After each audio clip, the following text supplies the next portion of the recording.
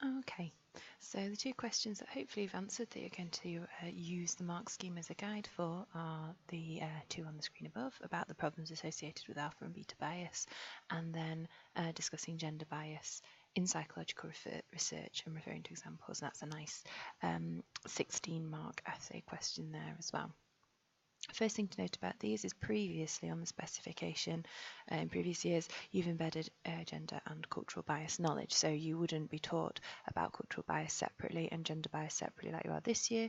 You would just know, you'd be aware of the concepts, and then when we talked about a particular thing, much like you've done with Andy, so your topic 3 stuff or your different topics, cognitive development, then you would get then you would make reference to cultural issues or gender bias. So first things first, it's a really new area within the specification that we have to be very careful about. Because of that, this is the only question that was on that's been on the sample papers. There's no questions previously, so we can't steal them from past papers. And then the one below, the 16 marker, is one that has been this one here is one that has been written to support you with your knowledge, so for you to have a go at, because it could be one that comes up. I haven't done it with application, so it's only AO1 and AO3 for this one, whereas it's likely that an application element might come up too, which would reduce the pressure on your AO3, but we'll look at that a little bit closer to the time. So really what I'm trying to say is very unknown new territory. Okay, so the first one about the problems of alpha and beta bias. Oddly enough, both of these are, all the marks are AO3 marks, so that's evaluation, which is a bit strange because if you look at the question, you might consider that it would be knowledge, AO1.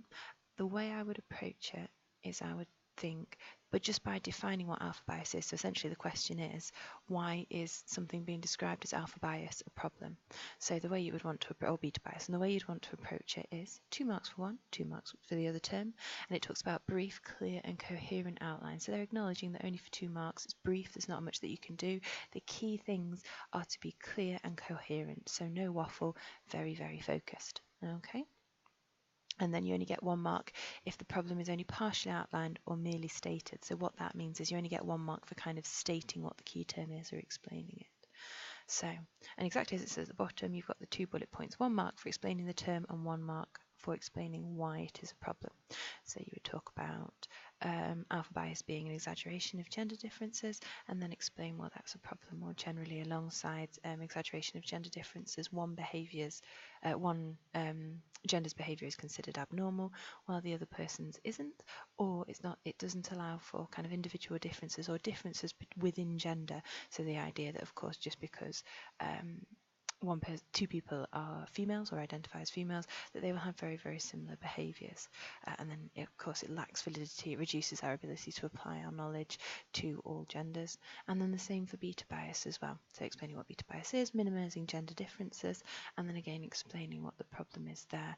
Or generally it's the idea and again it talks about over and underestimating depending on which definition you're using, so over underestimating differences between them, and also the idea that we might take research or findings, again generally focused on males, and apply them to females because the sample's all male. We go, well, we can apply that to everybody, when clearly that's not the case.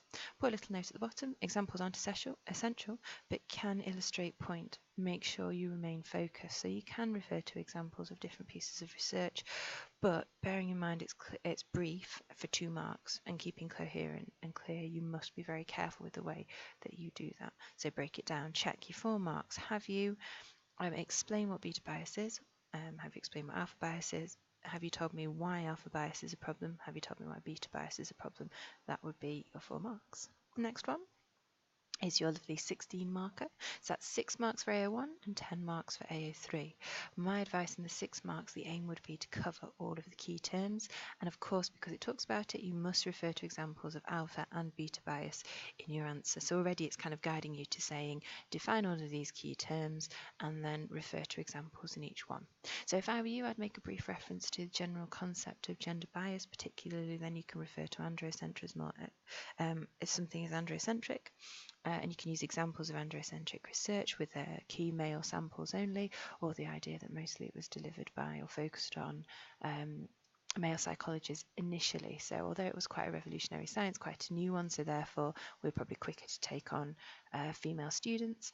Generally, when people think about the key psychologists, most of them are considered to be male, and then explain again why that is a problem. So it's a problem because that means that sort of research questions that might be relevant to women or might kind of show women in a more positive light may be disconsidered. And then alpha bias as well. So again, define what alpha bias is, explain why it's a problem, and then you've got a huge wealth of examples there. You could talk about Freud with penis envy, castration anxiety, women who are morally inferior. You've got social biological theory, the idea that long-term and short-term mating strategies, so men seek out short-term because they want to spread their genetics as far as possible, whereas women seek out long-term because they want to they need protection and care because childbirth takes so much out of them. Bearing in mind we're talking about thousands of years ago, there wasn't the NHS or anything to rely on to keep us safe. And then make it really, really clear the impact of those. So how they are different. So essentially how Freud is considering them, how are they different, or how does the sociobiological theory, how does it differentiate between men and women? So making that very, very clear. And of course, anything else you can think of in year 1 and year 2 topics. And one of the tasks that if you haven't done that was on the PowerPoint that I'd encourage you to do would be to kind of get a big long list of year 1 and year 2 topics and pieces of research, and then put them under the headings androcentric, alpha bias, beta bias, as long as you can justify why you claim they are either alpha or beta, and then universality, which is much more challenging. Exactly the same with beta bias, fight or flight, or tend and befriend. So you can refer to those concepts and explain about fight or flight, minimising the differences, and then Kohlberg, who minimised the differences, and then Gilligan, who went, well, actually, there's the ethic of care, etc., etc. And once again, anything else from year 1 or year 2 topics you can think of. And if you want to, very, very briefly, just to round it off, make a brief reference to the idea that now we're focusing more on universality. So trying to develop a unified theory, but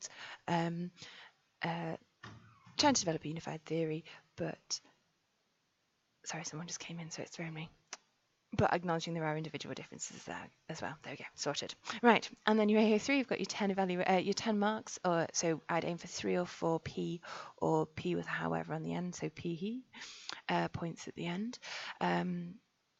You've got and then 2 things you could refer to. So again, it's discussion. So discuss is AO1 and AO3, but particularly with this one, it's not necessarily a strength of gender bias. There's nothing good about having gender bias there, really, but perhaps more kind of how did psychology develop because of gender bias? So of course some very negative things, some problems that were the impact of gender bias, and you could talk about both of those. It perpetuates negative stereotypes, talk about that, and then also research that lacks validity. Each one of those points you would want to structure into a P structure.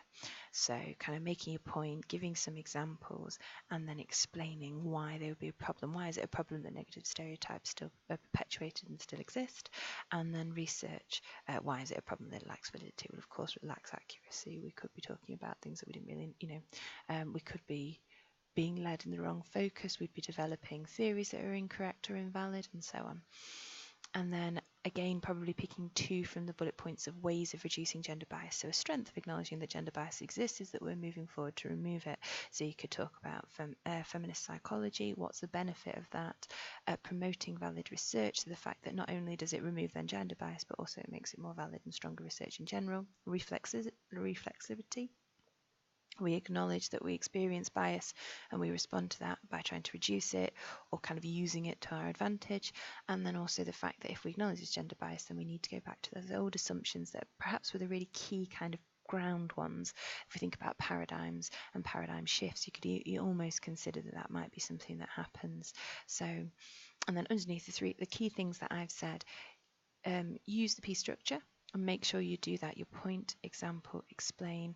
And then the L for Andy, so you could do linking it back to the theory, or the idea of gender bias the whole time. So at the end of it, think, have I made it relevant? Have I linked it back to gender bias? Is it clear I'm explaining why I was making the point in general? Anyway, Aim for roughly 450 to 550 words. You get 20 minutes for this question, so practice using that length of time. And you must provide clear examples and explain why they demonstrate gender bias. So that's linking back to the AO1 because it specifically refers to examples of alpha and beta bias. Now, there isn't an official mark scheme, however, already. If you didn't talk about alpha or beta bias, my guess would be that your AO1, no matter how detailed, no matter how fantastic and wonderful, will be limited to probably about 2 marks of AO1.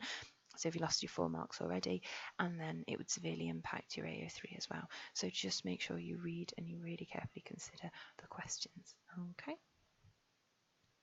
Other than that, hopefully you've attempted both of those already and you've marked them. If you can bring them to me at the front of the class or bring them next time you're in session, then I can have a look through them as well. But the most useful thing to do is for you to mark them first, explain why you think you've got those marks, and then apply, and then have that discussion with me as well. And then you can kind of see, oh yeah, marking's perfect, that's fine, keep going as I am. So you can identify your areas of weakness, or you're saying it's amazing or it's terrible, and actually I'm going, no, it's the complete opposite. Either of which can be quite difficult. You don't want to be too hard on yourself, but you also don't want to think you're kind of doing better than you are, because you want to be able to add more and develop more if you need to. Okay.